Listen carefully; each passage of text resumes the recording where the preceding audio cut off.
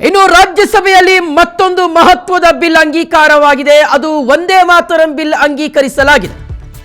ಮೇಲ್ಮನೆಯಲ್ಲಿ Vande Mataram bill ಅಂಗೀಕಾರವಾಗಿದೆ.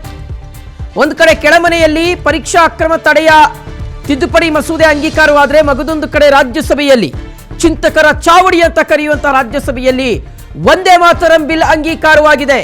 ವಿಪಕ್ಷಗಳ ಗದ್ದಲದ ನಡುವೆಯೇ ವಂದೇ ಮಾತರಂ ಬಿಲ್ಗೆ ಅನುಮೋದನೆ ಸಿಕ್ಕಿದೆ. ಜನಗಣಮನ ರೀತಿಯಲ್ಲೇ ರಾಷ್ಟ್ರಗೀತೆ ಜನಗಣಮನ ರೀತಿಯಲ್ಲೇ ವಂದೇ ಮಾತರಂಗೆ ಮುಂದೆ ಗೌರವ ಸಿಗುತ್ತೆ.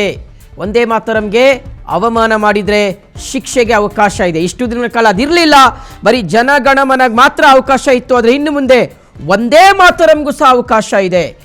ಒಂದು ವೇಳೆ ಏನಾದರೂ ವಂದೇ ಮಾತರಂಗೆ ಯಾರಾದರೂ ಅವಮಾನ ಮಾಡಿದರೆ ಅಂಥವರಿಗೆ 3 ವರ್ಷ ಜೈಲು ಶಿಕ್ಷೆ ಪಕ್ಕ. ಈ ಒಂದು ಮಸೂದೆಯನ್ನು ಅಂಗೀಕಾರ ಮಾಡಿಕೊಂಡು ರಾಜ್ಯಸಭೆ ನಾಳೆಗೆ ಕಲಾಪವನ್ನು ಮುಂದೂಡಿಕೆ ಮಾಡಿದೆ. ವೀಕ್ಷಕರೇ, ಹಾಗಾದರೆ ಏನಿದೆ ಈ ಒಂದು ಮಸೂದೆಯಲ್ಲಿ ನೋಡ್ತಾ ಹೋಗೋಣ.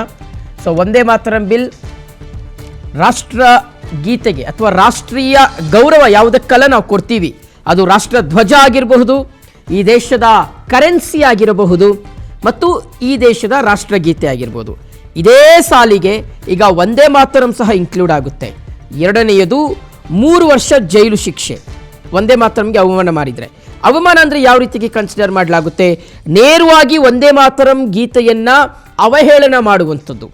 ಎರಡನೆಯದು ಸಾರ್ವಜನಿಕ ಕಾರ್ಯಕ್ರಮಗಳಲ್ಲಿ ಅಥವಾ ಸರ್ಕಾರಿ ಶಾಲೆಗಳಲ್ಲಿ ಅಥವಾ ಶಾಲೆಗಳಲ್ಲಿ ಸರ್ಕಾರಿ ಶಾಲೆ ಒಟ್ಟಲ್ಲಿ ಶಾಲೆಗಳಲ್ಲಿ ಶಾಲಾ ಕಾಲೇಜುಗಳಲ್ಲಿ ಸಾರ್ವಜನಿಕ ಕಾರ್ಯಕ್ರಮಗಳಲ್ಲಿ ವಂದೇ ಮಾತರಂ ಹಾಡುವಂಥ ಟೈಮ್ನಲ್ಲಿ ಯಾರಾದರೂ ಬಂದು ಅಡ್ಡಿಪಡಿಸೋದಾಗಿರಬಹುದು, ಅಥವಾ ವಂದೇ ಮಾತರಂಗೆ ಗೌರವವನ್ನು ಕೊಡದೇ ಇರತಕ್ಕಂಥದ್ದಾದರೆ ಅದು ಈ ಕಾನೂನಿನ ವ್ಯಾಪ್ತಿಗೆ ಬರುತ್ತೆ.